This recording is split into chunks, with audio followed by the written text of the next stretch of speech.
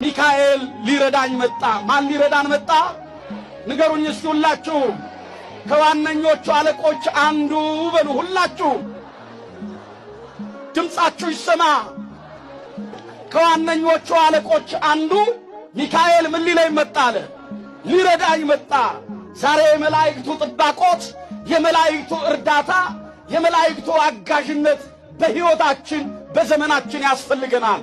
ለዚህ ነው በኦሪት ዘጸአት ምዕራፍ 23 ቁጥር 20 ላይ ስላንተ ወዳዘጋጀውልህ ስፍራ ያገባህ ዘንድ መልአኬን በፊትህ እሰዳለሁ አለ። ምንን በፊትህ እሰዳለሁ? መልአኬን በፊትህ እሰዳለሁ ወዳዘጋጀውልህ ስፍራ ያገባህ ዘንድ።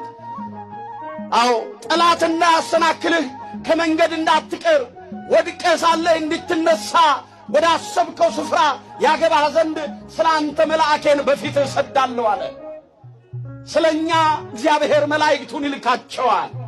ስለኛ እግዚአብሔር መላእክቱን ያዛቸዋል። እግዚአብሔርን በመፍራት ስንወጣ፣ እግዚአብሔርን በማክበር ስንንቀሳቀስ መላእክቱን ወደ